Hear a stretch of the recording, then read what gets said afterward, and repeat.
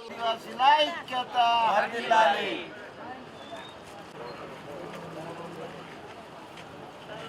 ఆదివాసీలపై ప్రభుత్వం వైఖరి అత్యాచారం చేసిన దుండగోని వెంటనే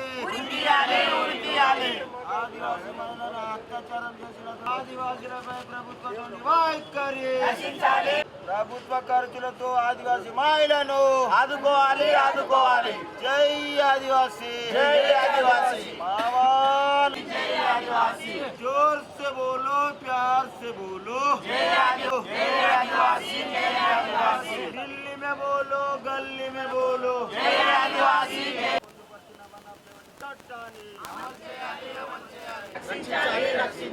అమలు చేయాలి ఆదివాసీ గిరిజన చట్టాన్ని. జై ఆదివాసీ, ఆదివాసీ నాటి జై ఆదివాసీ వైఖరి నశించాలి. ఆదివాసీలపై ప్రభుత్వం నుండి వైఖరి నశించాలి.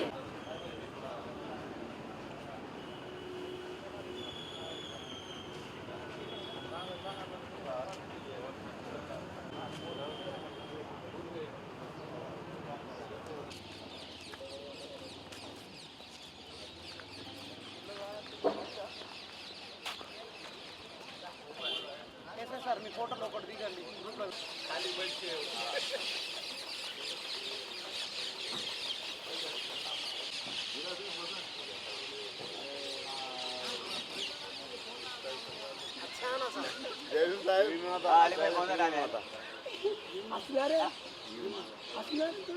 भाकर दे रहे आज खा रहा तो झोड़ा मार को आ रहा तो रमेश परेशान में रहता है.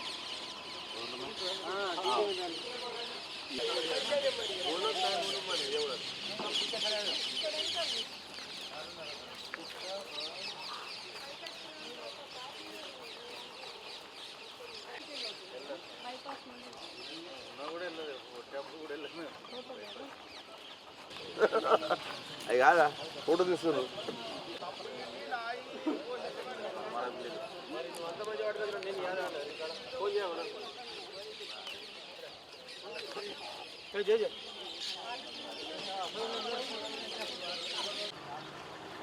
ग्रुपला भैया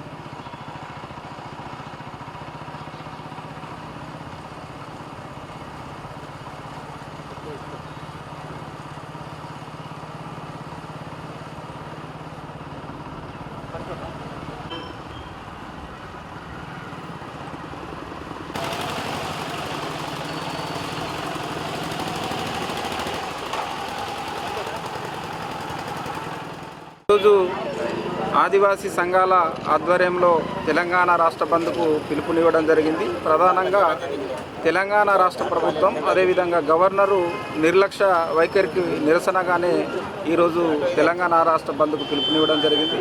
ఎందుకంటే జైనూరు సంఘటన జరిగి ఇన్ని రోజులు గడిచినప్పటికీ కూడా ఆ యొక్క సంఘటన పైన ఇప్పటి వరకు ఎటువంటి అతిగతి లేకపోవడం, ఒక ఆదివాసీ మహిళను అత్యాచారం చేసి హత్య యత్నానికి ఒడిగట్టినటువంటి ఎస్కే మగ్దూమ్ పైన ఎటువంటి చర్యలు తీసుకోపోవడానికి ఇవాళ ప్రధానంగా తెలంగాణ రాష్ట్ర ప్రభుత్వం కావచ్చు, గవర్నర్ కారణం అని మేము భావిస్తున్నాం. ఎందుకంటే భారత రాజ్యాంగంలో ఉన్నటువంటి ఏవైతే చట్టాలు ఉన్నాయో ఆ చట్టాల ప్రకారంగానే ఇవాళ ఆదివాసులు అక్కడ నివసిస్తున్నటువంటి పరిస్థితి మనకు కనబడుతున్నది. ఎందుకంటే అనేక సందర్భాల్లో ఉమ్మడి ఆదిలాబాద్ జిల్లా వ్యాప్తంగా షెడ్యూల్ ప్రాంతాల్లో ఇవాళ పేసా గ్రామ సభలు కావచ్చు తీర్మానాలు చేసి ఇవాళ కలెక్టర్లకు, ఎంఆర్ఓలకు, పిఓలకు, ఎస్పీలకు ఇచ్చినప్పటికీ కూడా ఆ చట్టాలన్నీ కూడా వయలేషన్ అవుతూ ఇవాళ ఆదివాసీ మహిళలకు రక్షణ లేకుండా ఆదివాసుల భూములను లాక్కుంటున్నారు. ఆదివాసీ మహిళలను అత్యాచారాలు, మానభంగాలు చేస్తూ మర్డర్లు చేస్తున్నారు. కాబట్టి వాళ్ళను ఏజెన్సీ చట్టాలకు అనుగుణంగానే జైనూరు నుండి అక్కడి నుండి తరలించాలని చెప్పేసి ఇవాళ ఆదివాసీ సంఘాలు మొన్న 17 తారీఖు నాడు కిస్లాపూర్లో యావత్ సమాజం తీర్మానించడం జరిగింది. కాబట్టి ఇప్పటికైనా కేంద్ర రాష్ట్ర ప్రభుత్వాలు స్పందించి ఎవరైతే ఎస్కే మగ్దూమ్ ఉన్నారో అతన్ని ఫాస్ట్ ట్రాక్ కోర్టు ద్వారా విచారణ చేపట్టి వెంటనే ఉరి తీయాలి. 1970 తర్వాత జైనూరుకు వలస వచ్చినటువంటి మైనార్టీలను అక్కడి నుండి మైదాన ప్రాంతాలకు తరలించాలి. ఆదివాసులపైన దాడి చేసినటువంటి కొంతమంది మైనార్టీస్ ఎవరైతే ఉన్నారో వాళ్ళపైన ఎస్సీ అట్రాసిటీ కేసులు నమోదు చేయాలి అని చెప్పేసి మేము డిమాండ్ చేస్తున్నాం. అదేవిధంగా ఆ కుటుంబానికి తెలంగాణ రాష్ట్ర ప్రభుత్వము పూర్తి స్థాయి చికిత్సను ప్రభుత్వమే భరించాలి, ఆ కుటుంబాన్ని ఆదుకోవాలి. ఇట్లా ఈ తదితర సమస్యలతోటి మొన్న తీర్మానం చేయడం జరిగింది. కాబట్టి ఆ తీర్మానాన్ని ఇవాళ తెలంగాణ రాష్ట్ర ప్రభుత్వం పక్కదారి పట్టించడానికి ఈరోజు గౌరవ మంత్రివర్యులు ధనసరి సీతక్కతోటి ఇక్కడ రాయి సెంటర్లతోటి ఈరోజే అంటే బంధు పిలుపు రోజే ఇవాళ ఆ యొక్క సమస్యను కుల పెద్దలతోటి చర్చిస్తుండడం చాలా బాధాకరం. ఎందుకంటే ఘటన జరిగి ఇన్ని రోజులు గడిచినప్పటికీ ఇప్పటి వరకు కూడా ఇన్ఛార్జి మంత్రివర్యులు కానీ తెలంగాణ రాష్ట్ర ముఖ్యమంత్రి యనుమల రేవంత్ రెడ్డి గారు కానీ ఎవరు కూడా స్పందించకపోవడం చాలా బాధాకరం. ఇప్పటికైనా తెలంగాణ రాష్ట్ర ప్రభుత్వం మేలుకొని, గవర్నర్ కూడా మేలుకొని తక్షణమే ఆ సమస్యను ఆ యొక్క వ్యక్తిని వెంటనే ఉరి తీయాలి. అదేవిధంగా షెడ్యూల్ ప్రాంతాలకు ఈ గవర్నరే ఇవాళ పర్యటించాలి, షెడ్యూల్ ప్రాంతాల్లో పర్యటించి జైనూరుకు పర్యటించాలి. ఒకవేళ పర్యటించిన మేమే ఖచ్చితంగా ఆదివాసీలే ఇవాళ గవర్నర్కు లేకపోతే తెలంగాణ ముఖ్యమంత్రి దగ్గరికి చలో కార్యక్రమం అని చెప్పేసి పిలుపునివ్వడం జరుగుతుంది. తప్పకుండా మీరు ఇప్పటికైనా మా యొక్క సమస్యను ఏదైతే అక్కడ మెస్రం నీలాబాయిపై జరిగినటువంటి ఘటనను మీరు దృష్టిలో పెట్టుకొని, ఒక మెస్రం నీలాబాయి కాదు యావత్ సమాజం మీద జరుగుతున్నటువంటి దాడి. కాబట్టి ఇప్పటికే వందలాది మంది ఆదివాసీ అమ్మాయిలను లవ్ జిహాద్ పేరిట బలవంతంగా పెళ్లిళ్ళు చేసుకోవడం జరిగింది, వాళ్ళ భూములు ఆక్యుపై చేసుకోవడం జరిగింది, వాళ్ళ సంస్కృతి మీద వాళ్ళ భాష మీద దాడి జరుగుతున్నది. బలవంతంగా మా యొక్క అమ్మలను, చెల్లెలను, తల్లులను అత్యాచారాలు, మానభంగాలు, మర్డర్లు చేస్తున్నారు. కాబట్టి వాళ్ళను ఇమీడియట్గా అక్కడ నుండి తరలించాలని చెప్పేసి తెలంగాణ రాష్ట్ర ప్రభుత్వానికి, గవర్నర్కు, కేంద్ర ప్రభుత్వానికి మీకు విజ్ఞప్తి చేస్తున్నాం. లేని ఎడగల చలో రాజ్ భవన్కి ఆదివాసులు బయలుదేరుతారు, లేకపోతే చలో ప్రగతి భవన్కు ఆదివాసులందరూ కూడా అక్కడ బయలుదేరడానికి సిద్ధంగా ఉన్నారు. కాబట్టి మీరు తక్షణమే స్పందించి ఆ యొక్క ఘటనకు పాల్పడిన వ్యక్తిని వెంటనే ఉరి తీయాలని చెప్పేసి కూడా మేము ఆదివాసీ హక్కుల పోరాట సమితి కుటుంబ రాష్ట్ర కమిటీ తరఫున తెలంగాణ రాష్ట్ర ప్రభుత్వానికి మేము డిమాండ్ చేస్తున్నాం. ఆదిలాబాద్ డిపోలో ఈరోజు ఆపరేషన్స్ ఓన్లీ మహారాష్ట్ర రూట్లలో బస్సెస్ నడుస్తున్నాయి. హైదరాబాద్ రూట్లో కూడా ఆపరేట్ చేస్తున్నాము. ఆదివాసీ వాళ్ళ పిలుపు మేరకు ఈరోజు బస్సెస్ ఆపరేషన్ నిలిపివేయబడినది. ఓన్లీ మహారాష్ట్ర రూట్స్లో, మహారాష్ట్రలో కూడా మాహోర్ రూట్, చంద్రపూర్ రూట్ నడవట్లేదు. నాగ్పూర్, పాండ్రకోడ, వని ఇలాంటి రూట్స్లో ఎక్కడైతే ఆదివాసీ ప్రాంతాలు లేవో ఆ రూట్లలో మాత్రమే ఆపరేట్ చేయబడుతుంది. పోలీస్ వాళ్ళ ఆదేశానుసారము బస్సెస్ ఆపరేట్ సూచనలు అంటే మధ్యాహ్నం వరకు మనకు రీస్టోర్ అయ్యే అవకాశం ఉంది. కాబట్టి కొంచెం వాళ్ళ ప్రయాణాన్ని పోస్ట్పోన్ చేసుకోవాలని విన్నపం. రేణుక మొన్న జైనూరులో జరిగిన సంఘటనకు నిరసనగా రాయ్ సెంటర్స్, తుడుం దెబ్బరు అనుబంధ సంఘాల పిలుపు మేరకు వాళ్ళు ఇక్కడ తెలంగాణ రాష్ట్ర బంద్లో భాగంగా ఇక్కడ రస్తారోకోలో కూర్చోవడం అనేది జరిగింది. ఒక ఆదివాసీ మహిళకు అత్యాచారం చేసి హత్య చేసిన దుండుగనికి ఉరిశిక్ష పడాలనేది మేము మొన్నటి నుంచి ఆ రోజు వరకు కూడా డిమాండ్ చేస్తున్నాము. అయినా కానీ ప్రభుత్వాలు స్పందించకపోవడము చాలా బాధాకరమైన విషయము. ఆ వ్యక్తిని ఫాస్ట్ కోడ్ ఏర్పాటు చేసి ఉరిశిక్ష పడే వరకు కూడా మేము పోరాడతామనేది కూడా తెలియజేస్తున్నాం. ఇవాళ ఆదివాసీ ప్రాంతంలో వలస వచ్చిన వాళ్ళకు అక్కడ బతకడానికి అర్హత లేదు.